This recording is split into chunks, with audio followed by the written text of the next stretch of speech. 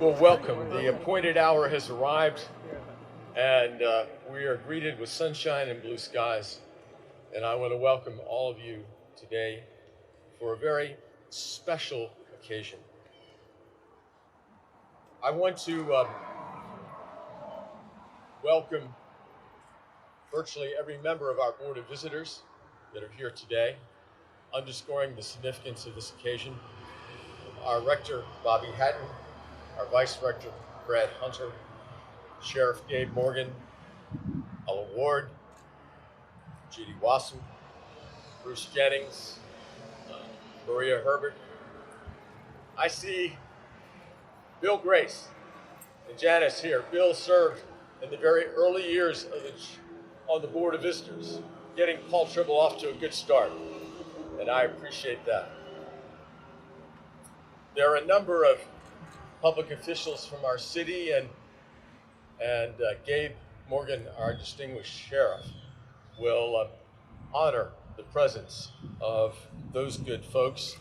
I welcome Dr. David Dowdy, our provost, our chief academic officer, Dr. Tatiana Rizova, who leads the Faculty Senate, with members of the Faculty Senate who are here today, and many members of our faculty, our staff, our students, the president of our student assembly, Mr. Ambassador, is here today as well, Henry Womble, and the members of our Council on Diversity and Inclusion are here today. So it's thank all of you for coming and being with us on this occasion. In 1957, Dr. Martin Luther King delivered a sermon entitled Loving Your Enemies. It was one of his favorites. He said, and I quote, "We must discover the power of love, the redemptive power of love. And when we do, we'll make this old world a new world, for love is the only way." In that sermon, Dr. King said there'll be many times when our neighbors do something wrong to us, and we should just keep loving them. And then he spoke eloquently about the redemptive power of love to transform, to enrich, to create a better world. As we will hear, the life of William Walker exemplifies that truth. He was wronged by his neighbors, but instead of reacting with anger, he chose to serve and lead and love this community. He helped lay the foundation for this great university, and he helped build Newport News into a more vibrant, diverse, and multicultural city. William Walker helped make an old world better. And we're here today to remember and honor him. To that end, it's my great pleasure to introduce one of the leaders of this city of Newport News and a leader on our Board of Visitors. Gabe Morgan has served as our sheriff since January 1st, 2006. He leads a staff of over 200 and is responsible for the custody and care of more than 500 prisoners each day, the protection of our courts and our judges, and the enforcement of the laws of the Commonwealth of Virginia. He has a big job, and he ably performs those important responsibilities.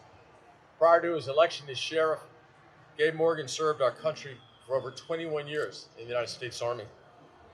He began as a private, rose quickly through the ranks to staff sergeant, and then became an officer in the United States Army, serving at home and serving across this world, the Middle East, Africa, Bosnia, Croatia, Haiti, Korea, and Europe. Importantly, on this day, he serves on the Board of Visitors, the governing body of this young and vibrant university. And he chairs our committee on student life and our council on diversity and inclusion. He knows and loves this university, and he knows and he loves and serves this city as well. I present my friend and colleague, the distinguished Sheriff of Newport News, Gabe Morton.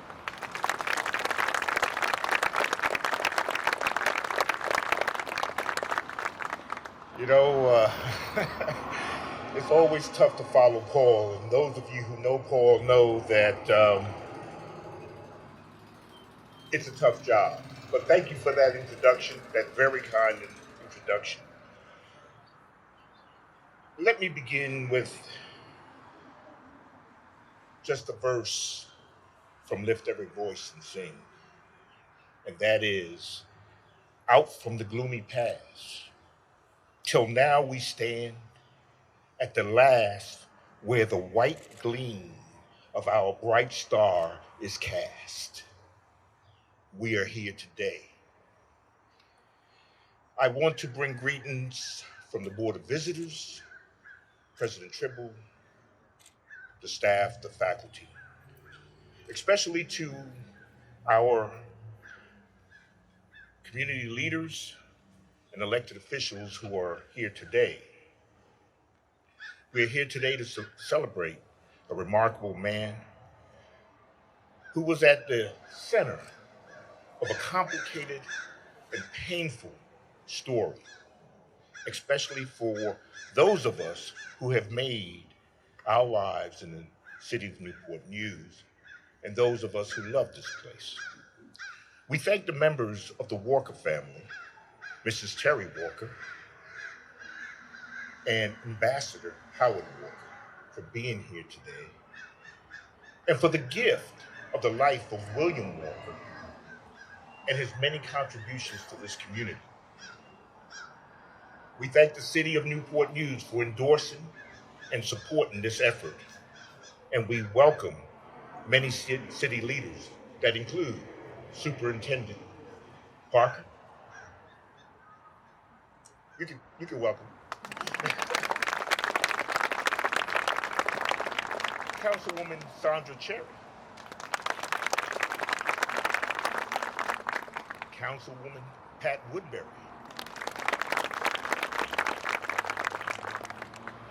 School board member Terry Bess. And I'm not sure if anyone else snuck in on me. I want to thank my colleagues on the Christopher Newport Board of Visitors, President Tribble, and the faculty and staff for envisioning the need for this acknowledgement of a difficult chapter in our history and for making this possible. Allow me a point of privilege to tell you why I'm excited about what's happening here at Christopher Newport University. The university entered into an agreement with the Newport News Schools,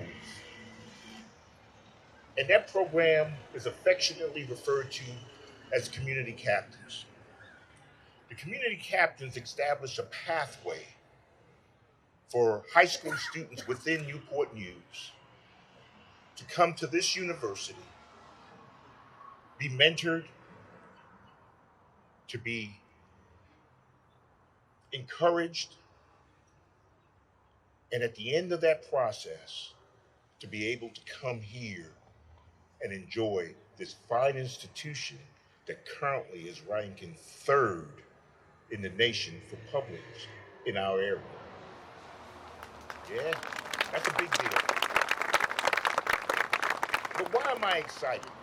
The first cohort started, and there are 84 bright, well-deserving students from this host city that will be given the opportunity, if they hold up their end of the line, to attend this institution. That's a big deal to me, and it should be a big deal to each and every one of you. We started with 3 schools this year, 3 high schools. Next year, we're going to all 6 schools. Folks, I'm excited. The legacy of Mr. Walker and the residents of the surrounding area is well in hand because they made a payment, a sacrifice that is now paying dividends. So it is only fitting that children from Mr. Walker's community would be enabled and encouraged to attend this university. Before I take my seat, the last thing I want to brag about is that Newport News boasts 21% students of color. And we're not resting on our laurels. We are encouraging, we're going everywhere to say, Christopher Newport's doors are open and you are welcome. Thank you for being here, and thank you to the Walkers for the legacy of your father. And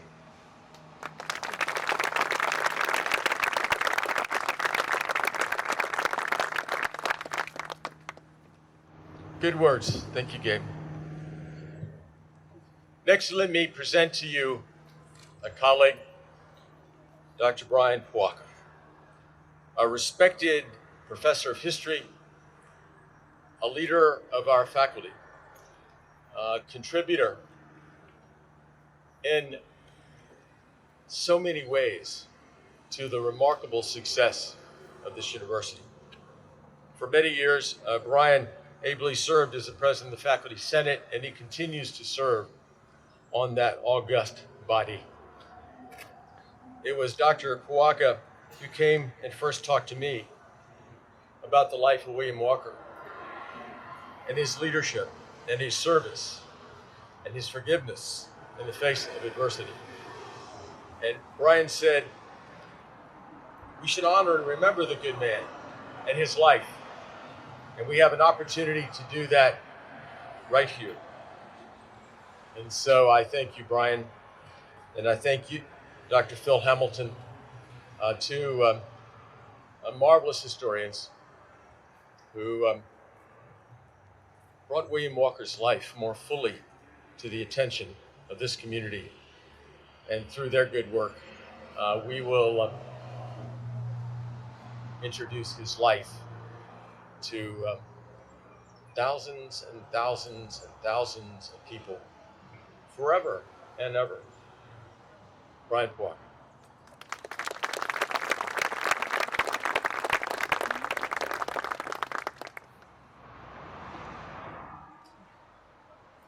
Good afternoon, everyone, and welcome. My name is Brian Puaka. I'm a professor of history here at CNU. It's my pleasure to stand before you today on this momentous occasion as we recognize the contributions of an outstanding leader in the Hampton Roads community and supporter of Christopher Newport, Mr. William R. Walker Jr. Before I begin, I'd like to thank all of you for coming. This is wonderful looking around and seeing this turnout. I'm very pleased. I'm especially pleased to welcome to campus also Ambassador Howard Walker and Mrs. Terry Walker. We're very happy that you could come, and I very much enjoyed my time with you today, so thank you.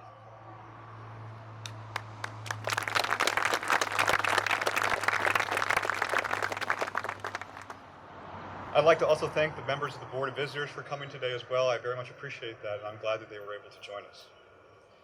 I'd like to extend my gratitude also to the folks here on campus who've made today possible. Thank you to President Tribble for the very kind introduction, but also thankfully for embracing this project from the beginning and supporting it throughout. Bill Brower provided invaluable assistance and in fact connected me to the Walker family, and that was very much appreciated. My friends in the history department, Dr. Philip Hamilton, Dr. Sherry Shuck Hall, Dr. Laura Puaka, have all contributed mightily to the research necessary for this project, and I appreciate that as well. Finally, the work of my colleagues in campus events and the Office of Communications and Public Relations have made it a reality. Thank you very much. Mr. William Walker was a remarkable man whose community involvement and leadership impressed me deeply. I first learned about him several years ago while reading a CNU history authored by my friend Phil Hamilton and reading an additional article he published a short time later.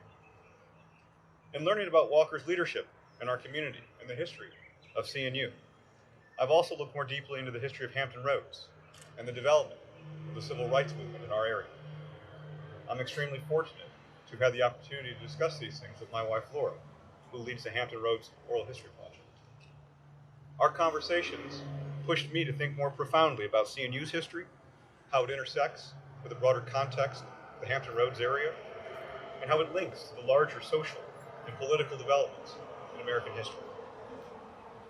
Furthermore, I'm someone who's particularly interested in these questions, how we remember the past, and how we represent it on our beautiful campus, as a historian whose research concentrates on education and memory. As President Tribble mentioned, I recently completed 2 years as the president of the Faculty Senate, and it was at the very beginning of my time as president that I approached President Tribble about honoring Mr. Walker. I told him about his many contributions to both the community and to our university, and I went on to explain how intertwined he was with the history of our campus. President Tribble immediately expressed his admiration for Mr. Walker's work and his desire to recognize him on our campus. So if I may, allow me to provide a short biography of Mr. Walker and explain his relationship to Christopher Newport University. Mr. William R. Walker Jr. was born here in Newport News in 1911 as the first of 7 children to William Walker Sr. and Letitia Walker. His father was one of the few African-American attorneys here on the peninsula in the early 20th century. Mr. Walker attended Howard University, graduated summa cum laude in 1932 with a degree in engineering and business administration. He then came home to the peninsula and in the midst of the Depression became a mathematics teacher at Huntington High School. In 1936, he was appointed as the manager of Aberdeen Gardens, one of the first federally funded housing community projects created by the Roosevelt administration.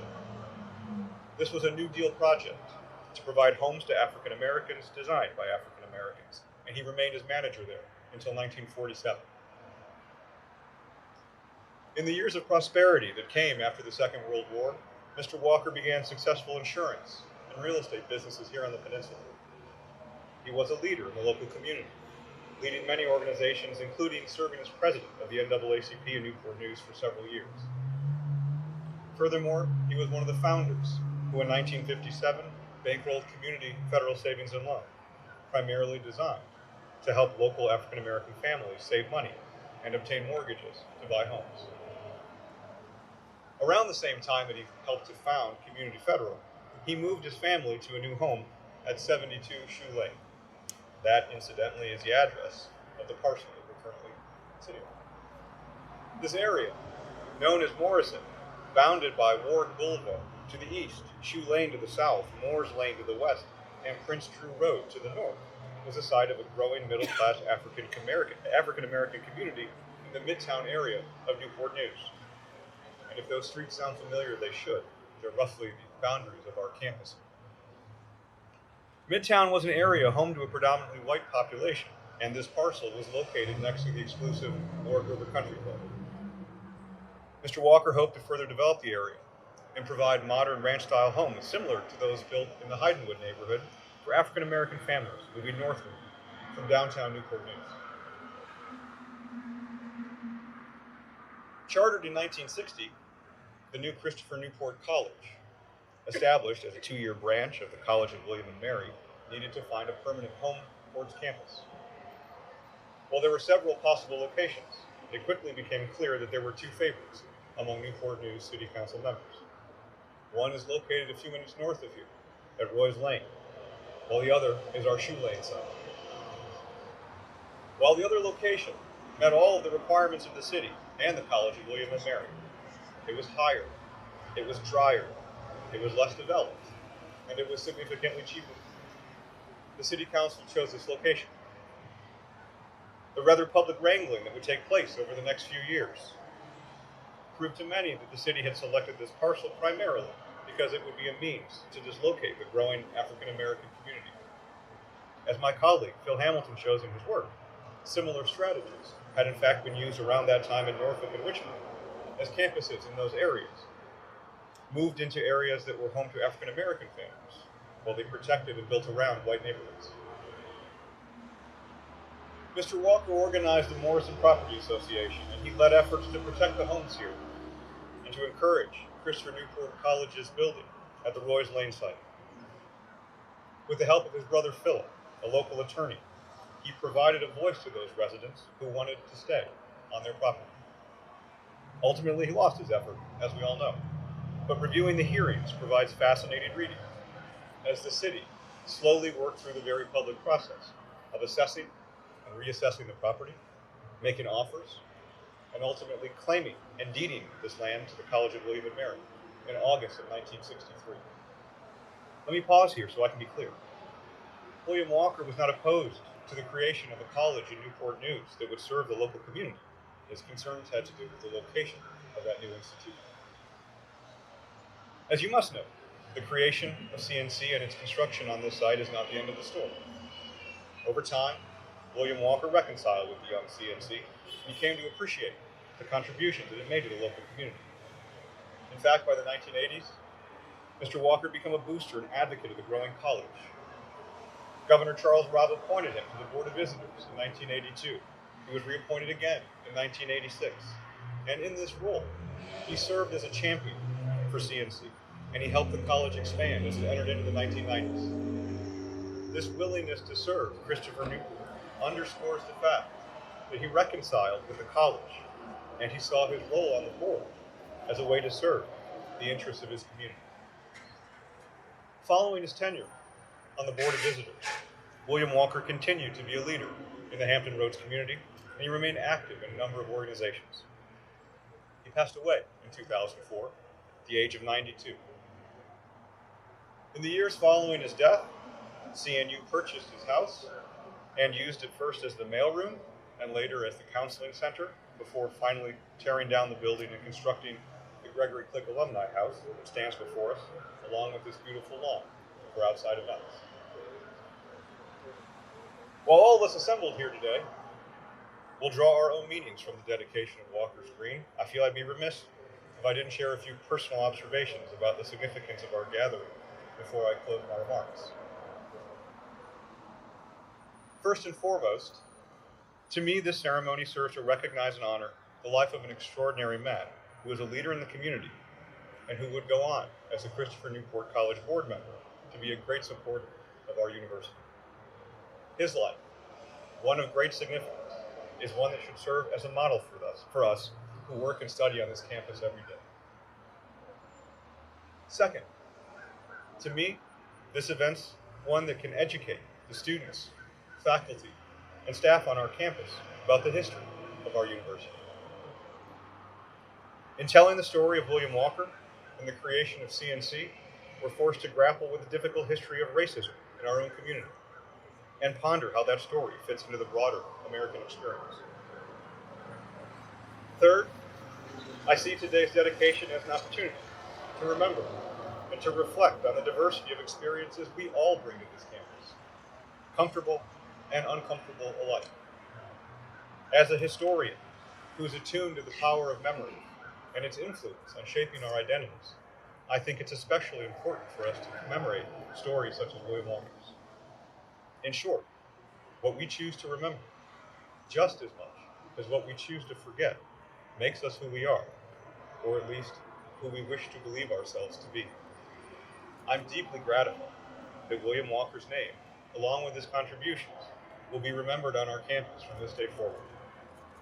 His story is now part of our shared story as Capitals.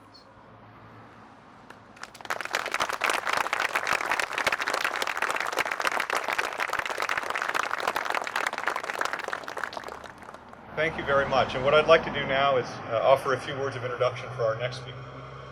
I have the great honor this afternoon to introduce William Walker's son, Ambassador Howard K. Walker.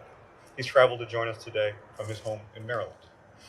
Ambassador Walker was born here in Newport News in 1935. He grew up in Hampton's Aberdeen Gardens, and he graduated from Newport News' Huntington High School.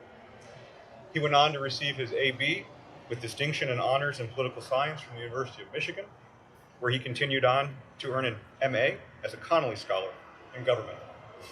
He then left and went to the East Coast to Massachusetts, where he earned a PhD in government and economics from Boston University, and where I just found out is where he met his wife. Following his studies, he served for 2 years as an Air Force intelligence officer, and he then entered into the Foreign Service. His 30 years as a Foreign Service officer at the State Department would culminate in ambassadorships to 3 countries. Additionally, he served as Vice President of the National Defense University in Washington and Deputy Commandant of the NATO Defense College in Rome. He's retired to Chevy Chase, Maryland, where he continues to serve others, now as a professor, teaching courses in international affairs. He's taught courses at American University in Washington, John Cabot University in Rome, the University of Cape Town, and Stellenbosch University in South Africa. Finally, for more than the last decade, he shared his knowledge, passion, and experiences as a lecturer on international affairs aboard Regent, Crystal, Cunard, and Holland American cruise lines around the world. Ladies and gentlemen, please join me in welcoming to CNU Ambassador Howard Walker.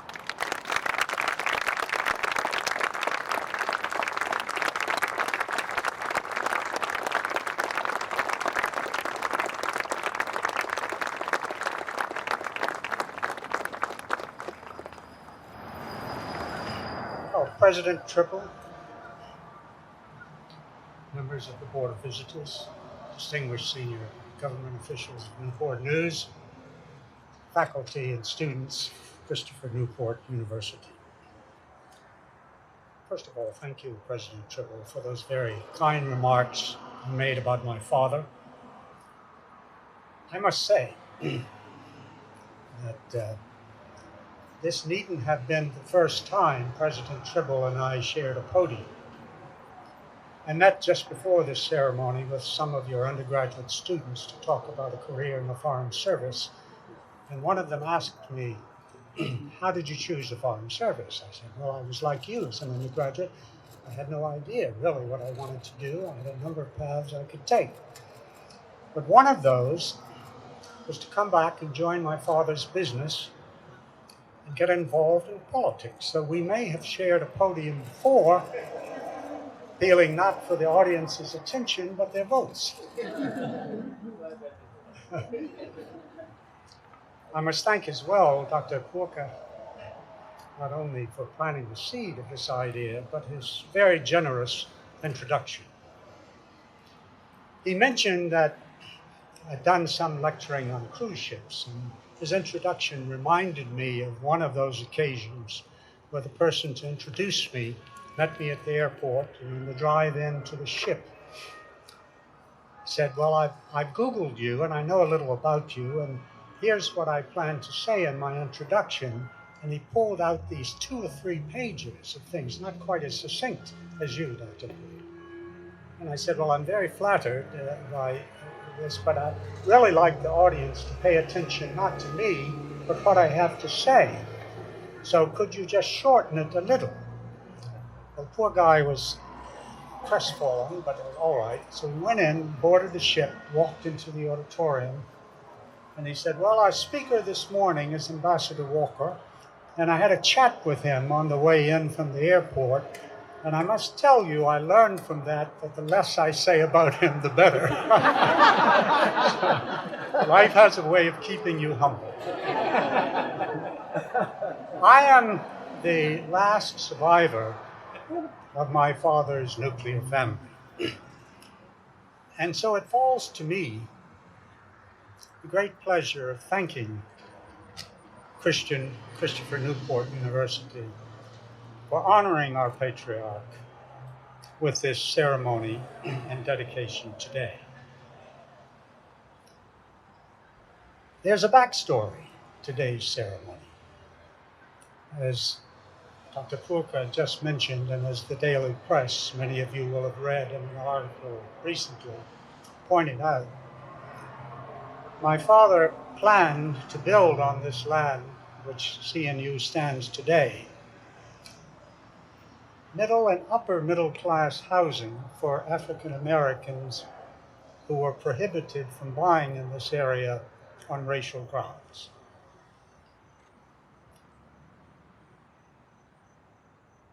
Some in the neighborhood objected to those plans because they said it would devalue the value of their property. That is a normal and proper concern for property owners. But here's the difference in this case.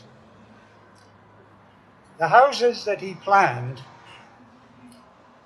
were of a square footage equal to, if not larger, than most of the ones around here.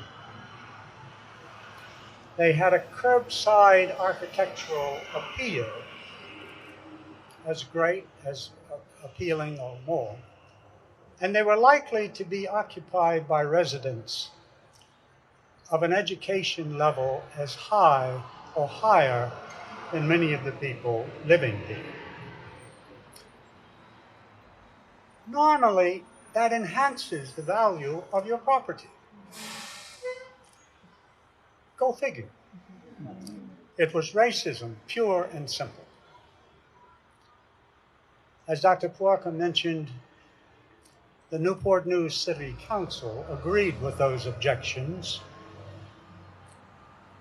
and bought the land that CNU sits today at about, as you said, more than double the cost they could have had alternative land not far away.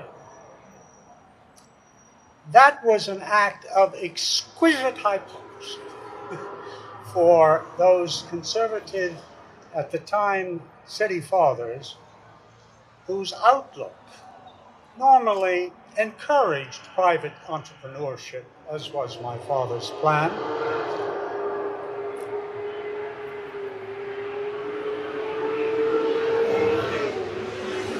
And that favored market forces over politics in investment decisions.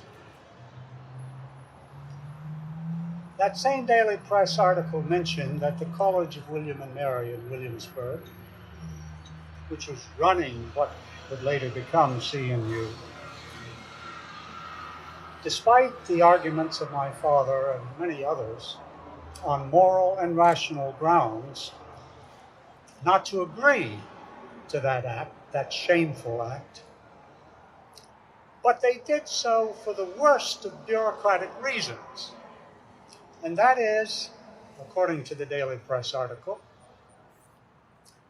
that the budget cycle of the state of Virginia, the 2-year budget cycle, meant that if this decision were delayed any longer, the construction of this beautiful campus would be delayed. CNU did not exist at that time, so it was not complicit in any of that shameful history.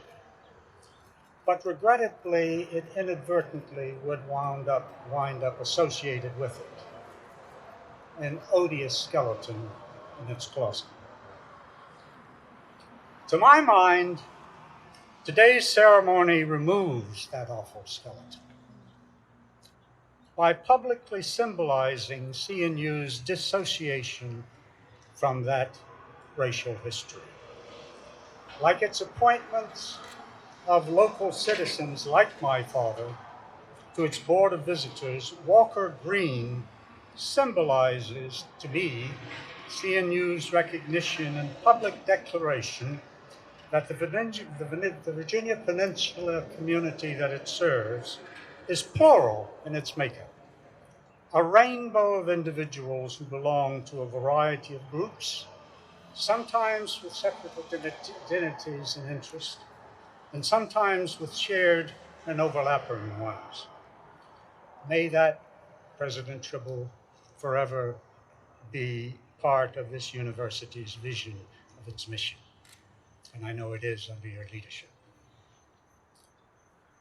Those plural qualities characterized the man being honored today, my father, a man of multi-identities and interests. So let me tell you a little bit about him so you can better understand why that is so. One of his identities was as an African American.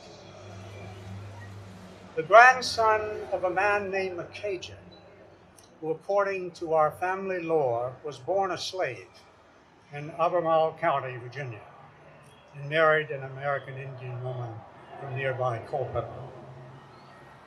They and their 4 children lived on his farm in Charlottesville, a farm that was an emancipation grant of those 420 acres and a mule that historians will know was awarded to some ex-slaves like Vacaja, or maybe his father, family lore is uncertain about that, was awarded when slavery was outlawed.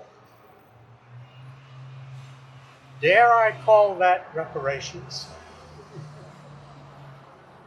They worked that farm so successfully and nurtured their children so well. Dare I call that good work habits and good family values? They did that so well that all of those 4 children went on to finish college, and some beyond that. Their oldest son, my father's father, became an attorney, and as Dr. Porca said, established in Newport News over 100 years ago a successful law practice later joined by 2 of his sons. Another son became a medical doctor in Washington, D.C. The 3rd son, a Presbyterian minister in Philadelphia, and the only daughter, a teacher in Charlottesville. That farmhouse was standing when I was a young adult. I took my 2 young children to see it,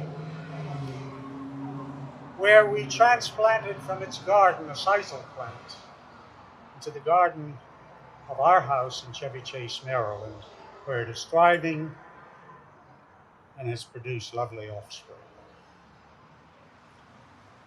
The genetic connection of my father's African American identity was buttressed by his being on the receiving end of racism here in Newport News, including, as that Daily Press article mentioned, how after graduating from Howard University, cum laude, as you mentioned, in engineering, he applied for a job as a civil engineer in his hometown of Newport News, but was rejected by the city manager on racial grounds.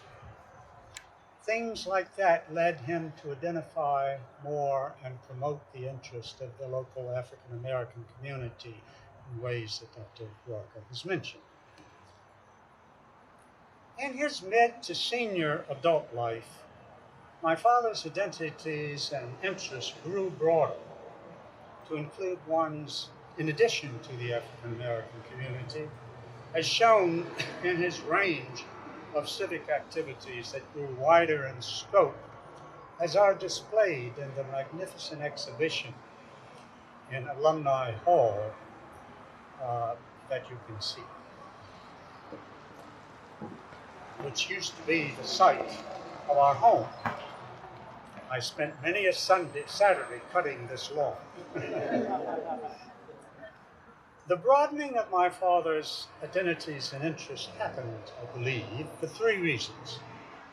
1, as his business grew on the peninsula to a wider range of customers and business partners, so peninsula-wide economic growth and its associated social and political harmony were important to his business bottom line.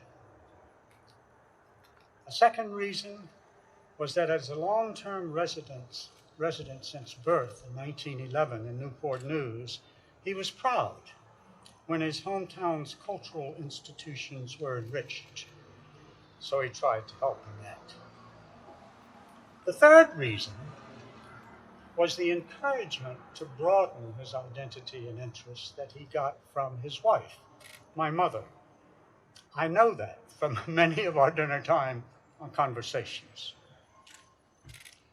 During her early years here, they met in Philadelphia and were married. During her early years here, she too promoted some interests of the African American community.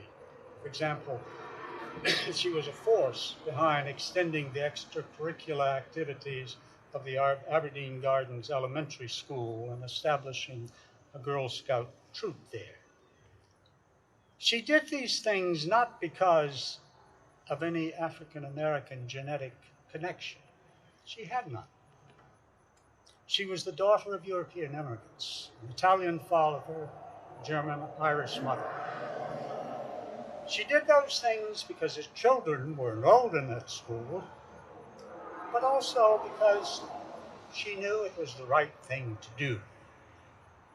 Later in life, her wider, plural identities and interests, always strong throughout her life, took wing.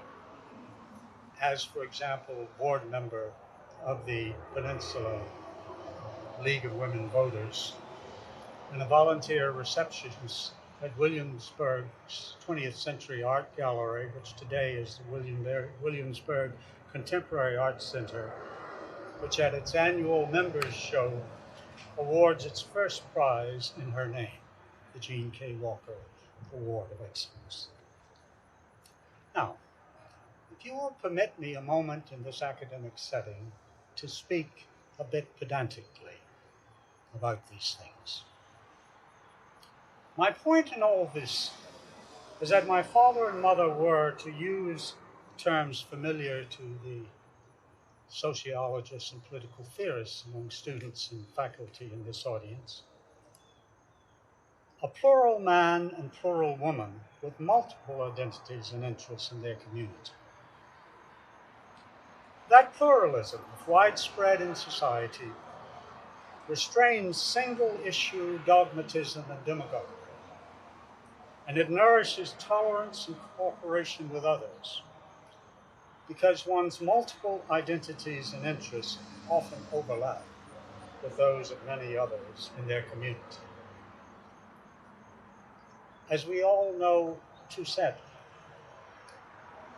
well, not sadly at all, as we know factually, the pluralism of individuals' identity and interests is eminently more important in our country today. Because by the mid-2030s, 15 years from now, only 15 years from now, the United States, the Census Bureau projects to be a nation of minorities in which Euro-Americans will be the largest minority, but one minority among many others. Next year's census is expected to find that for those Americans 18 years old and younger, the demographic cohort of the freshman class of this university, that cohort already will be 50%. The European American component will be less than 50%. Already the case for Americans 15 years old and younger. If we Americans, and President Trebel referred to this a bit in his own remarks, if we Americans fail to pluralize our identities and interests, and that includes all of our minorities, not just the Euro-American part. If we fail to do that, we risk balkanizing our society and politics into single issue groups, with all that means to weakening our national cohesion. This enlightened audience knows what balkanization in Eastern Europe contributed so much to the outbreak of World War I. The drift backward into balkanization that we are seeing today worldwide, in the weakening in Europe of the European Union, the growth in India of Hindu nationalism, in the weakening in Israel of support for a two-state approach to Palestinian-Israeli peace, in the resurgence of Shia and Sunni conflict in Arabia, in the recurrence of tribal xenophobia in much of Africa, and the persecution of Rohingya in Burma and Uyghurs in China. One could sadly go on and on and on. Our country, like so many others, and the world at large, would be so much better, more peaceful, more prosperous, if people's self-identities and interests were, like my father's in later life, more plural than single and xenophobic. And many of us believe we in the world could return to history's meandering, but I believe upward arc.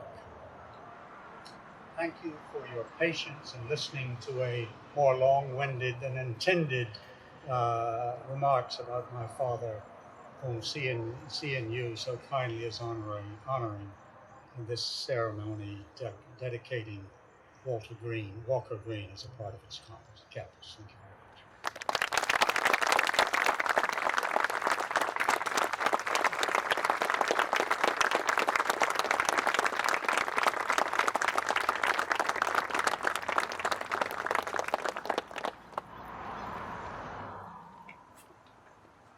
As we bring this time to a close, I want to thank Sheriff Morgan and Dr. Kawaka, and especially Ambassador Walker for making this such a special day.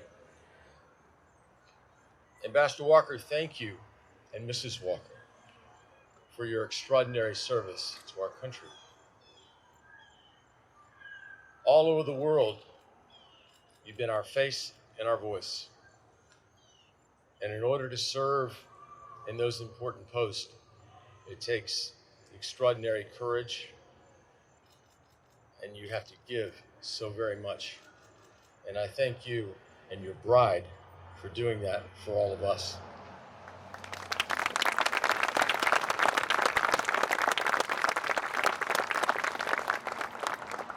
And importantly as well, I want to thank you for your eloquent words about your dad. His plural identities: a man of color, an African American, a businessman, a proud citizen of Newport News in this community, husband of a very special woman, your mother. And you talked about how those qualities, those identities that merged so powerfully in your dad, not only impacted his life, but their importance to us in this day. Thank you for teaching us all today, Honorable Professor and Ambassador. We thank you so very much. In truth, we all need forgiveness. Every one of us. And we also need to forgive. Every one of us. We all need to engage and serve and lead and love. That and only that will allow us to be reconciled as a people. So thank you, William Walker, for showing us how we should live. We honor you on this splendid sun-kissed day. And now, Mr. Ambassador, let us unveil an historical marker so that your father's life will be long remembered. This university will be here until the end of the Republic, and so shall this marker honoring your father. Come join me.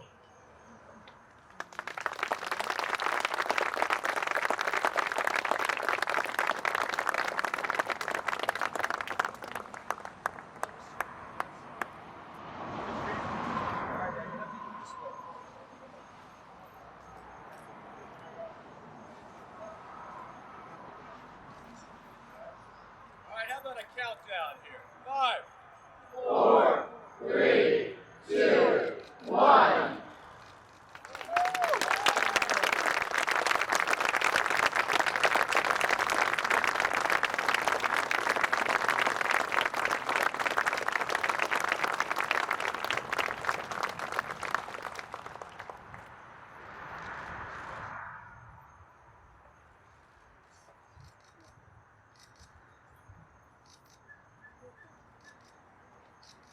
that, we will conclude our ceremony. Please come forward and say hello and welcome our honored guests.